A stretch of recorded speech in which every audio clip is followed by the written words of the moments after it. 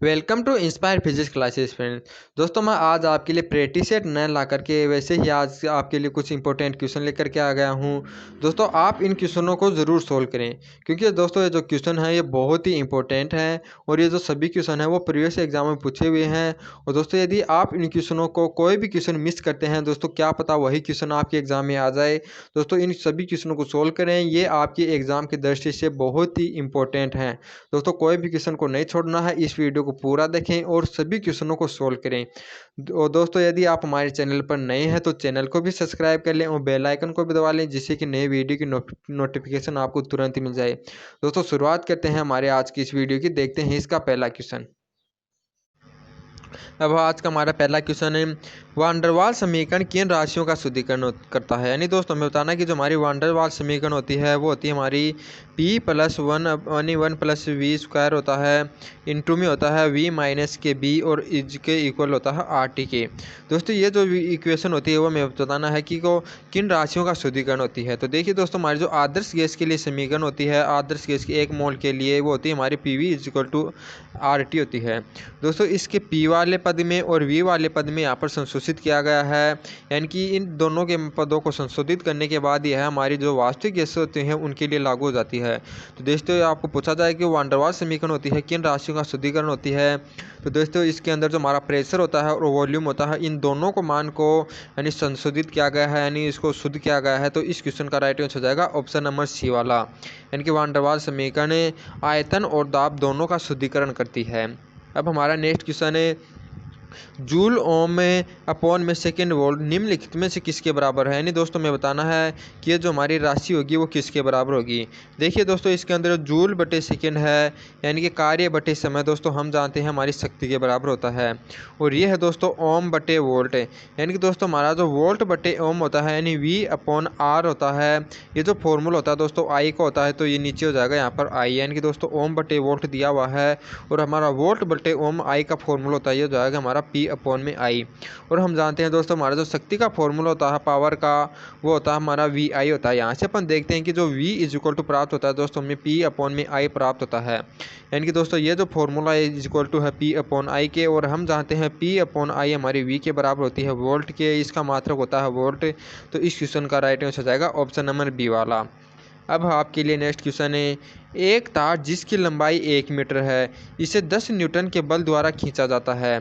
यदि तार के अनुप्रस्थ काट का क्षेत्रफल 2 × 10⁻⁶ मीटर² है तो प्रतिबल का मान क्या होगा। यानी दोस्तों में बताया गया है कि कोई हमारा तार है उसकी लंबाई हमें दी हुई है 1 मीटर और इसका जो अनुप्रस्थ काट क्षेत्रफल है दोस्तों ये वाला, इसका एरिया ये हमें दिया हुआ है 2 × 10⁻⁶। और दोस्तों इसे 10 न्यूटन के बल से खींचा जाता है, तो हमें प्रतिबल बताना है क्या होगा।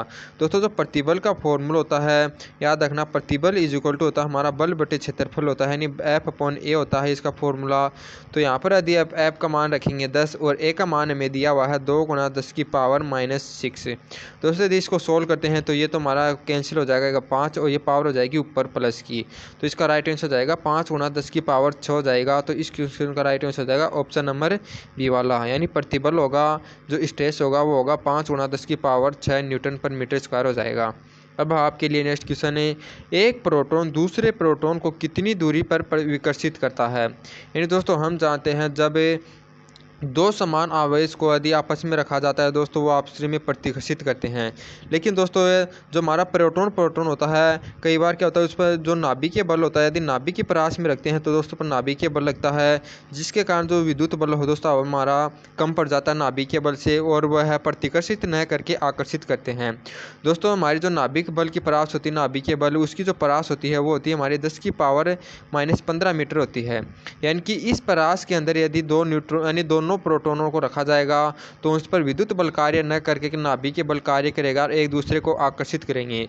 जैसे ही दोस्तों इन दोनों प्रोटॉन को 10⁻⁻15 मीटर की दूरी से ज़्यादा यानी दूरी पर रख देंगे दोस्तों, वहाँ पर नाभिकीय बल कम हो जाता है और जो हमारा विद्युत बल होता है दोस्तों वो कार्य करने लग जाता है, फिर एक दूसरे को प्रतिकर्षित करेंगे।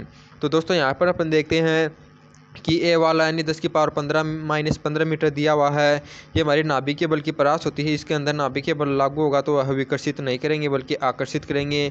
दोस्तों 10⁻−20 मीटर होती है, ये भी हमारी इससे कम है तो इस पर भी यह आकर्षित करेंगे। लेकिन दोस्तों 10⁻−13 मीटर कर देंगे तो जब वह उस पर विद्युत बल कार्य करने लग जाएगा और एक दूसरे को वह विकर्षित करने लग जाएंगे।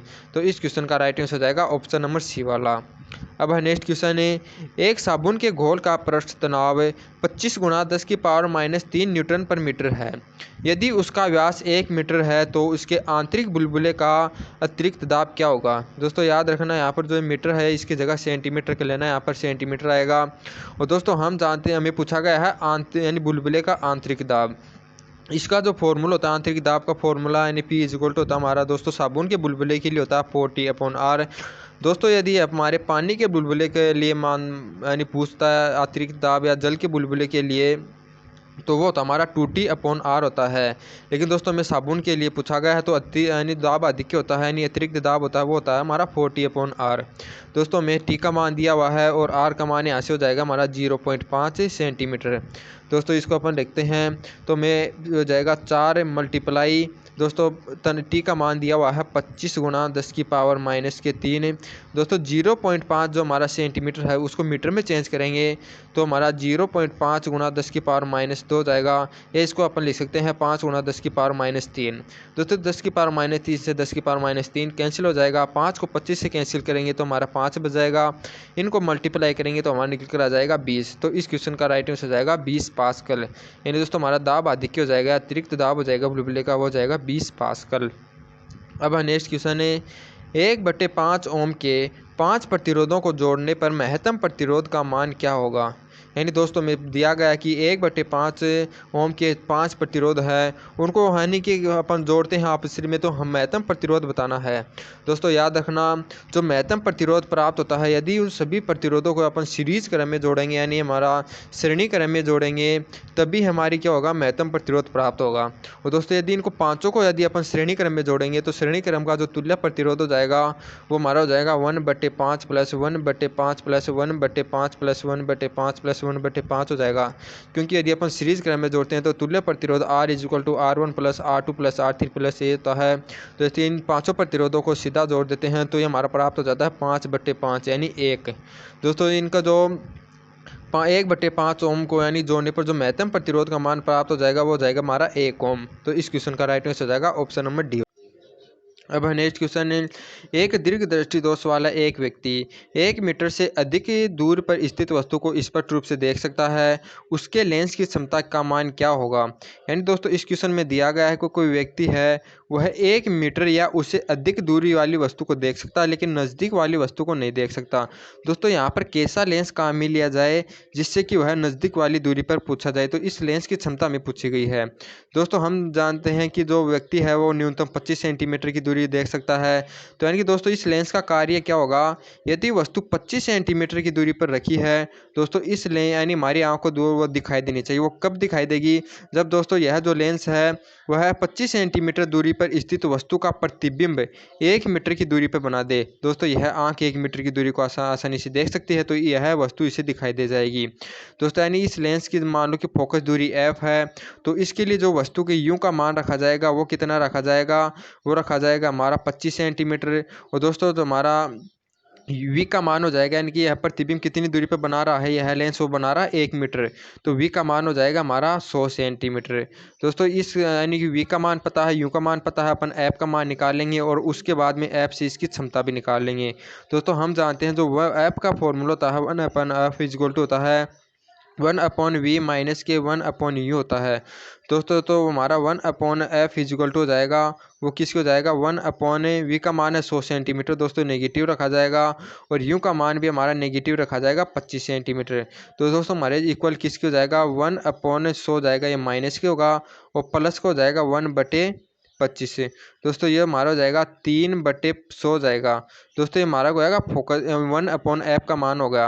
और दोस्तों हम जानते हैं 1/f इज इक्वल टू होता है, ये हमारी डायप्टर के होता है, लेकिन दोस्तों यहाँ पर f का मान मीटर में रखा जाता है और दोस्तों ये हमारा सेंटीमीटर में प्राप्त हुआ है।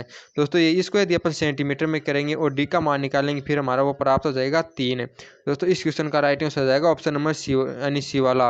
यानी कि जो हमारा लेंस काम में लिया जाएगा उसकी जो क्षमता होगी वो हो जाएगी 3 डायप्टर हो जाएगी। तो इस क्वेश्चन का राइट आंसर हो जाएगा ऑप्शन नंबर सी।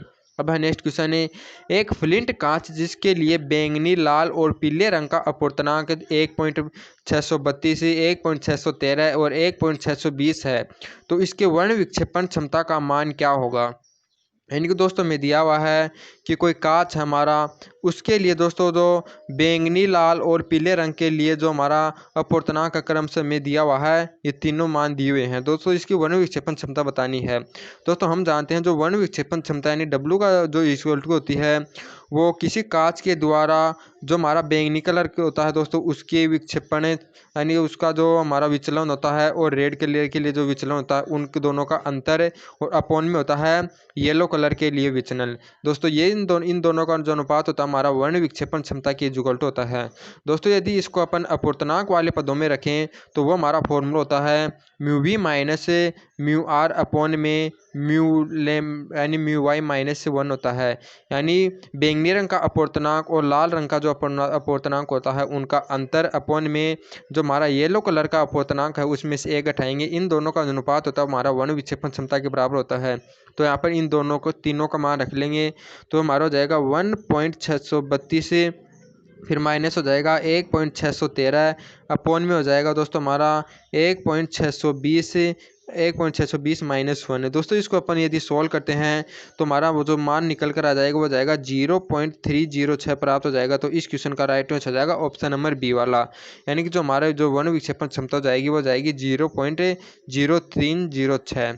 अब हमारा नेक्स्ट क्वेश्चन है, वोल्ट इंटू कूलाम निम्नलिखित में से किस भौतिक राशि का मात्रक होता है। यानी दोस्तों हमें बताना है कि हमारा जो वोल्ट इंटू जो कूलाम होता है वो किस भौतिक राशि के बराबर होता है।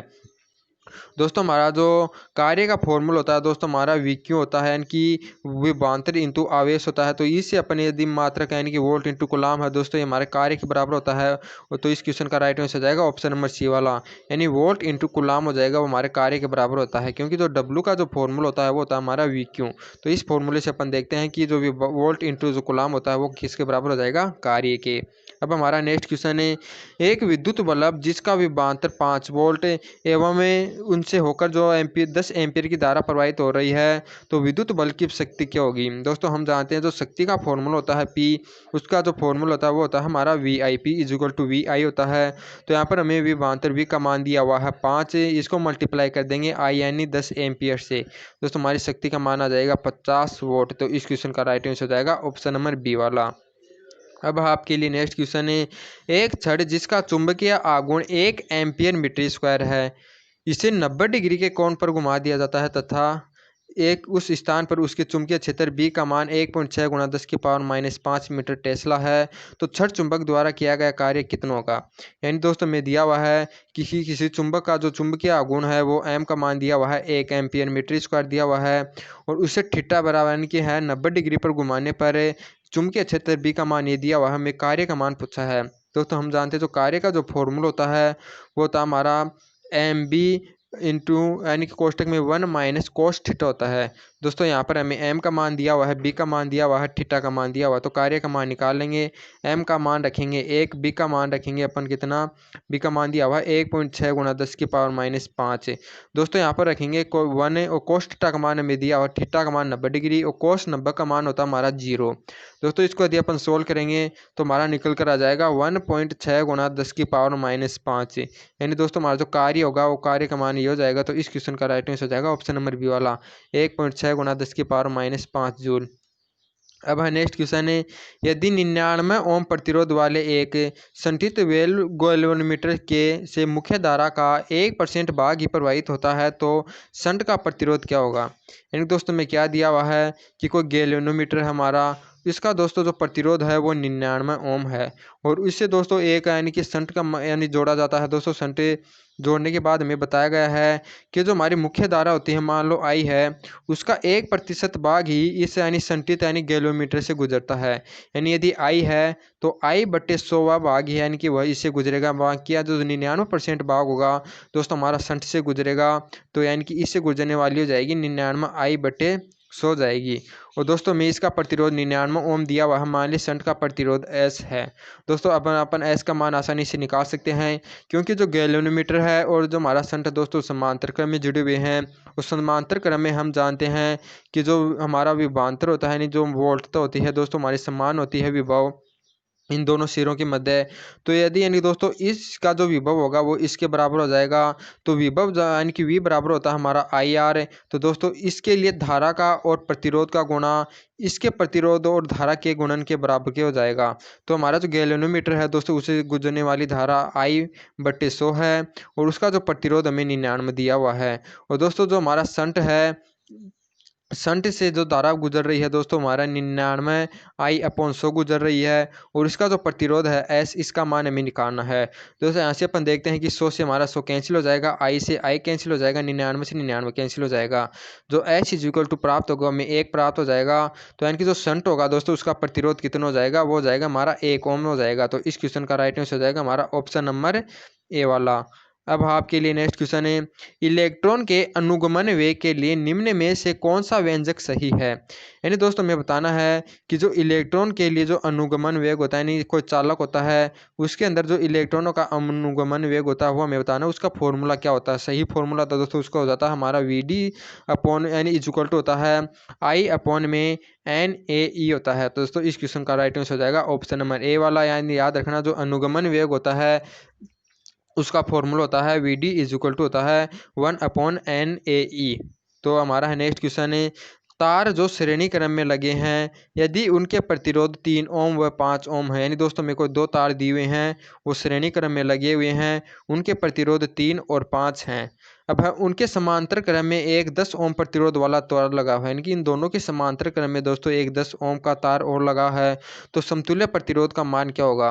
दोस्तों हमें समतुल्य मान का पूछा गया है। दोस्तों यदि ये हमारे श्रेणी क्रम में है, सीरीज क्रम में है, तो इनका तुल्य प्रतिरोध डायरेक्ट हो जाएगा 8, यानी 5 और 3। दोस्तों 8 और 10 वाले आपसी में समांतर क्रम में है, तो इनका जो तुल्य प्रतिरोध हो जाएगा वो हमारा हो जाएगा 1/R इक्वल टू हो जाएगा 1/10 प्लस 1/8। यदि इसको अपन सोल्व करेंगे तो लघुत्तम इसका हो जाएगा हमारा कितना, ये हो जाएगा 40 ऊपर हो जाएगा दोस्तों यहाँ पर तो हो जाएगा 5 और ये हो जाएगा 4, यानी 4 + 5 हो जाएगा। यानी कि दोस्तों हमारा जो R का मान हो जाएगा वो कितना हो जाएगा 40/9 जाएगा। तो इस क्वेश्चन का राइट आंसर हो जाएगा ऑप्शन नंबर B वाला। अब आपके लिए नेक्स्ट क्वेश्चन है, 10 ग्राम जल में 4 ग्राम ऑक्सीजन हो तो हाइड्रोजन की मात्रा क्या होगी। यानी दोस्तों हम जानते हैं जो जल हमारा जो प्राप्त होता है वो किससे प्राप्त होता है। यानी दोस्तों अपने क्या जोड़ते हैं, H2 जोड़ते हैं और O2। तो हमारा जो प्राप्त होता है दोस्तों हमारा H2O प्राप्त होता है। तो दोस्तों यहाँ पर अपन इसको इस प्रकार लिख सकते हैं, हाफ O2 जोड़ते हैं, यानी H2 के अंदर हाफ O2 जोड़ते हैं तो हमारा H2 प्राप्त होता है। दोस्तों ये जो हमारी इस प्रकार की जो इक्वेशन होती हैं दोस्तों याद रखना ये द्रव्यमान संरक्षण के नियम पर आधारित होती हैं, यानी कि इनके अंदर जो मास होता है दोस्तों हमारा नियत रहता है, यानी संरक्षित रहता है। तो यहाँ पर हमें जो H2 का मास दिया हुआ है दोस्तों वो तो हमें पूछा गया है, तो इसका मान लेते हैं X है। और दोस्तों हमारा जो ऑक्सीजन का जो हमें द्रव्यमान दिया वो 4 ग्राम दिया हुआ है और जो जल प्राप्त हुआ है वो हमें 16 ग्राम प्राप्त हुआ है। तो इस प्रकार से हमें पूछा गया कि हाइड्रोजन की मात्रा क्या होगी। दोस्तों एच का मान यहाँ पर अपन निकालेंगे तो इस प्रकार से हमारा 12 निकल कर आ जाएगा। तो इस क्वेश्चन का राइट आंसर हो जाएगा ऑप्शन नंबर B। अब आपके लिए नेक्स्ट क्वेश्चन है, यदि दो तापक्रम सेल्सियस पैमाने पर 25 डिग्री सेल्सियस के अंतर पर हैं तो फ़ारेनहाइट पैमाने पर अंतर क्या होगा। यानी दोस्तों हमें बताना फ़ारेनहाइट पैमाने पर अंतर क्या होगा। यदि दोस्तों आपको सेल्सियस का जो अंतर दिया हुआ हो और फ़ारेनहाइट के अंदर उससे यानी टेम्परेचर का अंतर पूछा गया हो तो उसका जो फॉर्मूला होता है वो डेल्टा, उसका फॉर्मूला ये होता है दोस्तों सेल्सियस के अंदर टेम्परेचर का परिवर्तन यानी डेल्टा C और अपॉन में 5 इज इक्वल टू होता है डेल्टा F अपॉन में 9। यानी दोस्तों यदि आपको सेल्सियस के अंदर टेम्परेचर परिवर्तन दिया हुआ हो फ़ारेनहाइट में पूछे तो इस फॉर्मूले का यूज़ करना होगा। तो इसके अंदर यदि अपन मान रखते हैं डेल्टा C का मान हमें 25 दिया हुआ है, अपॉन में हो जाएगा 5 और ये इज इक्वल टू हो जाएगा डेल्टा F अपॉन 9। दोस्तों यहाँ से अपन डेल्टा F का मान निकालेंगे तो ये तो हमारा जो कैंसिल हो जाएगा 5 हो जाएगा और दोस्तों 5 9 इधर आकर इसके मल्टीप्लाई हो जाएगा तो डेल्टा एफ का मान हमारा जो प्राप्त हो जाएगा वो हो जाएगा 45 डिग्री। तो इस क्वेश्चन का राइट आंसर हो जाएगा ऑप्शन नंबर ए वाला। दोस्तों इसी क्वेश्चन के साथ हमारा आज का वीडियो समाप्त होता है। आज की ये क्वेश्चन आपको कैसे लगे आप दोस्तों कमेंट करके जरूर बताइएगा, और अगले वीडियो में अपन दोबारा से आपके लिए प्रैक्टिस सेट लेकर के आएंगे। दोस्तों ये जो आपने वीडियो लिया है इसके अंदर वैसे ही हमने आपके लिए इंपॉर्टेंट क्वेश्चन लगे तो मैंने आपके लिए सॉल्व करवा दिया।